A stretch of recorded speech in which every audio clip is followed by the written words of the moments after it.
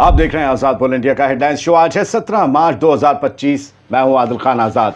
दुनिया के सबसे बड़े अखबारों और पोर्टल से चुनी गई कुछ बड़ी खबरों को आपके सामने रखने जा रहा हूं, जिन्होंने आज सुर्खियां बटोरी हैं। इस शो में आज आप देखेंगे, हुथीस ने 24 घंटे में दूसरी बार किया अमेरिका के जंगी बेड़े पर बड़ा हमला। अमेरिका ने फिर मचाई यमन के कई इलाकों में तबाही। कई हुथीस लीडर को मारने का किया दावा। गजा में दांव पर लगी लाखों बच्चों की जिंदगी, यूएन ने जताए खतरनाक आसार। अलर्ट पर है ईरान, हमले का इम्कान, कहा बहुत तकलीफ देह जवाब देंगे हम। और सीरिया की फोर्स ने लेबनान पर की गोलीबारी, सरहद पर दोनों तरफ के कई लोग पकड़े गए। हिजबुल्लाह पर सीरियन फौजियों के कत्ल का इल्जाम, लेबनीज आर्मी कर रही कोशिश, हालात सुधरने के आसार।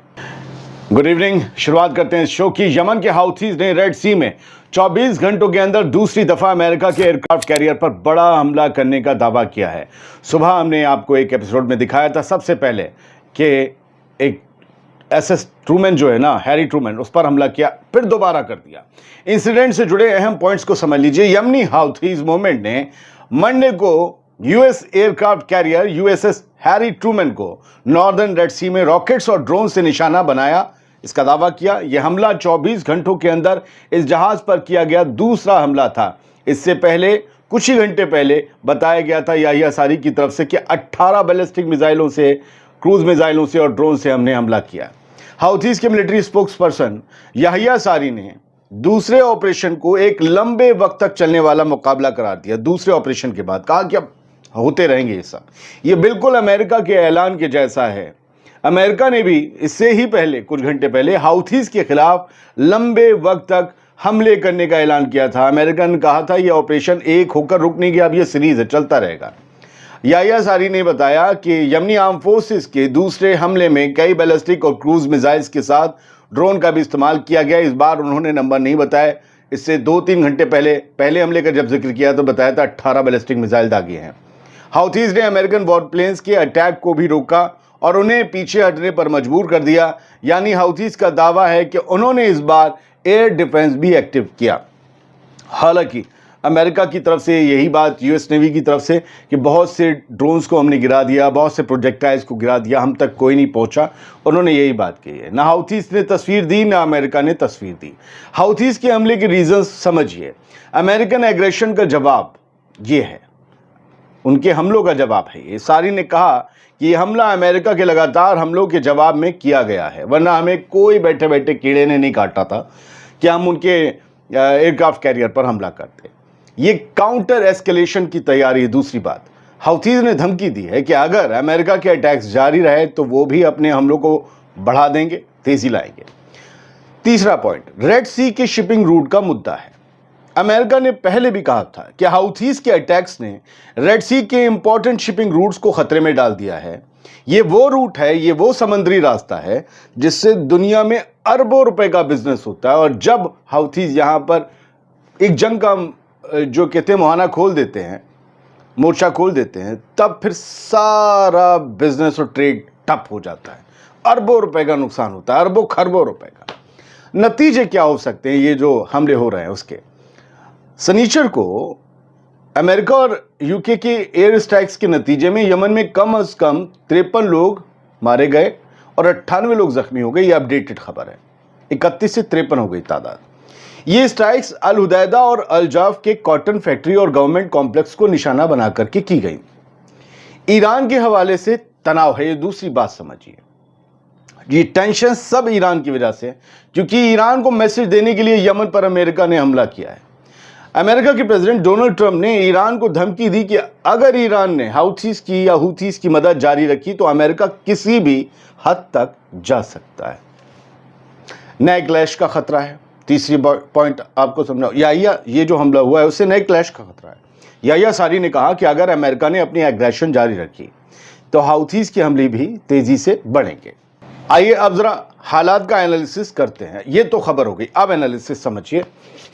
हाउथीज का ये लगातार दूसरा हमला अमेरिका के लिए एक नया चैलेंज है और उसके रुतबे की भी बात है कि यार एक ग्रुप है और वो मान नहीं रहा और हम पर लगातार हमले कर रहा है। रेड सी के स्ट्रेटेजिक शिपिंग रूट पर हाउथीज के अटैक से ग्लोबल ट्रेड को दुनिया भर के व्यापार को नुकसान पहुंच सकता है, जिसका सीधा प्रेशर अमेरिका पर पड़ेगा क्योंकि हमले इसी ने शुरू किए, और इसका सीधा असर यूरोप और मिडिल ईस्ट के व्यापार पर पड़ेगा। प्रेशर अमेरिका पर, असर यूरोप और मिडिल ईस्ट पर, तिजोरी हल्की हो जाएगी। अमेरिका की स्ट्रॉन्ग मिलिट्री रिस्पांस के बावजूद हाउथीज अपनी पोजीशन से पीछे हटने को तैयार नहीं लग रहे हैं।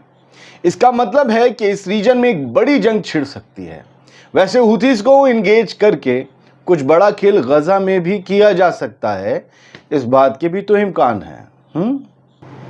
पहली खबर हमने डिटेल में कर ली, अब ज़रा जो है वो थोड़ी खबरें ऐसे देख लेते हैं।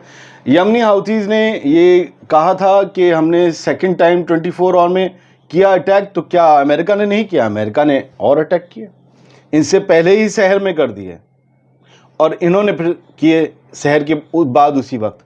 तो ये जो रात है वहाँ शहर है, हमारे यहाँ सुबह हो चुकी थी, तब अमेरिका ने ये सेंटकॉम ने ये दिया था, बताया था, US CENTCOM, central command America की, इन्होंने फिर से दिखाया था कि जहाज़ उड़ रहे हैं शिप से। मैं आपको बस स्क्रीनशॉट दिखा रहा हूँ, जहाज़ उड़ रहे हैं, ईरान बैक्ड हाउथी टेररिस्ट के ऊपर हम फिर से ऑपरेशन करने जा रहे हैं।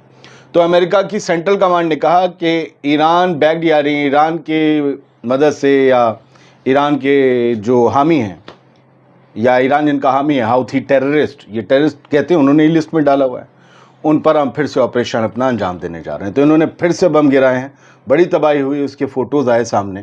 खैर बढ़ते आगे। US says air strikes in Yemen took out multiple Houthi leaders. अब ये अमेरिका का दावा है कि उनकी जो एयर स्ट्राइक्स हुई हैं यमन में, उनमें कई हाउथी लीडर्स मारे गए हैं। उनके क्या नाम है, ना अमेरिका ने ऐलान किया, ना यमन की आर्म्ड फोर्सेस या हाउथी मूवमेंट ने ऐलान किया। और ये कहा गया है कि ये रिस्पांस जो हमने दिया है ना, हाउथी लीडर्स को जो मारा है, वो लगातार उनकी धमकियों की वजह से है। अब इन्होंने टारगेटेड स्ट्राइक की थी अमेरिका ने, इनका कहने का मतलब ये है, अगर इसमें हाउथीज के लीडर मारे गए, इट मीन्स कि उनके पास सारे कोऑर्डिनेट थे। पूरी मुखबिरी यमन से ही हुई है, और उस एरिया से हुई है जहां हाउथीज का ही कंट्रोल है।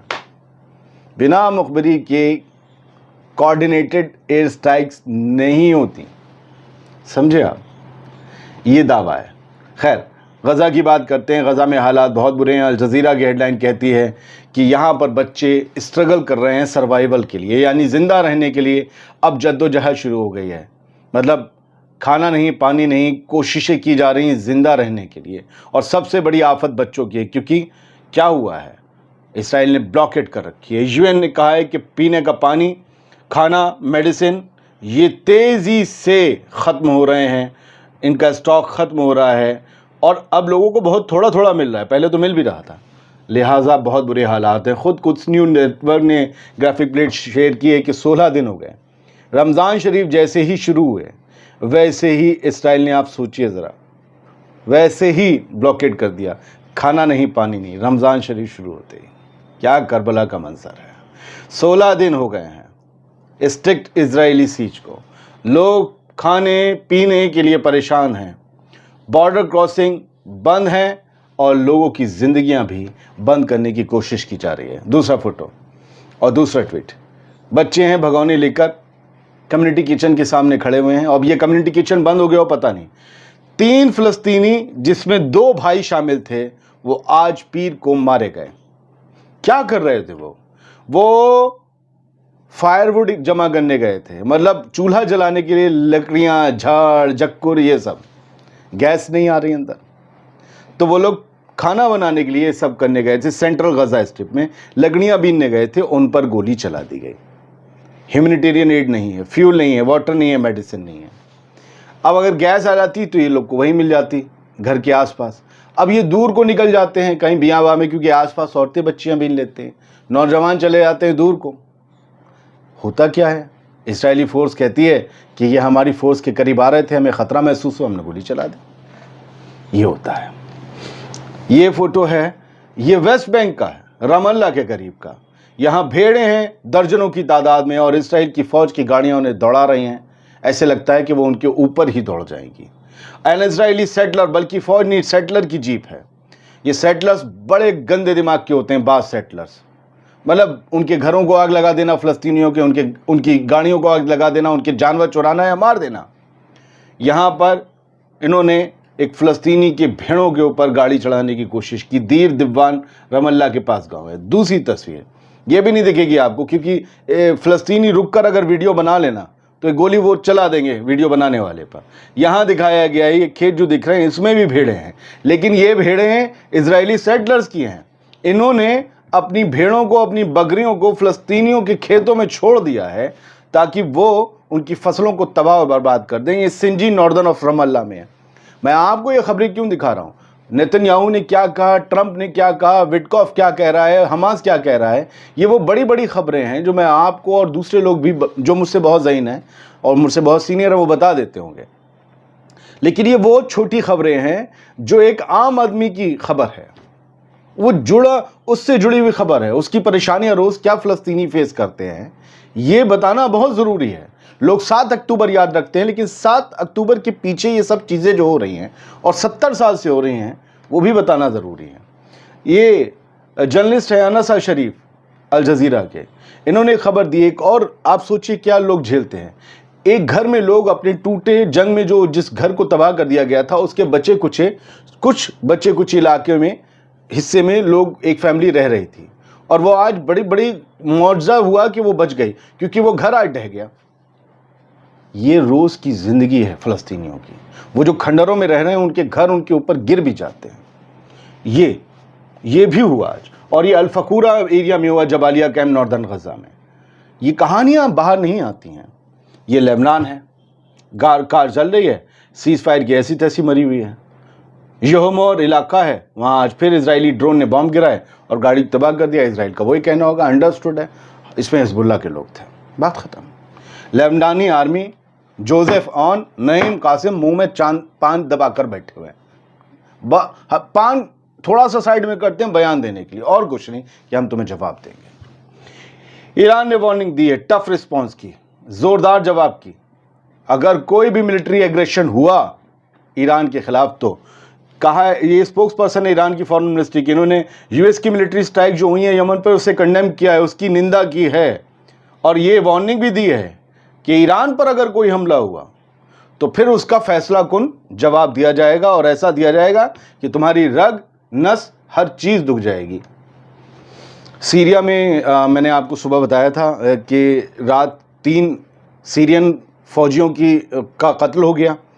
सीरिया की फ़ोर्स ने इल्ज़ाम लगाया, हिजबुल्ला के लोग इन्हें खींचकर लेबनानी सरहद में ले गए और मार दिया। फिर उसके बाद सीरिया की फ़ौज ने गोलीबारी करी, ज़बरदस्त तरीके से की। फिर उसमें सीरिया में कुछ लोगों को ज़ख्मी होने की और एक आध लोगों के मरने की खबर आई। फिर सीरिया के उन फ़ौजियों की बॉडी सीरियन एसटीएस को सौंपी गई। हिजबुल्ला और एसटीएस के बीच इसे जंग के इम्कान बताए गए। अब लेबनानी आर्मी का रात ही सुबह ही डिप्लॉयमेंट हुआ था सरहद के इलाकों में, तो हमने आपको बताया था।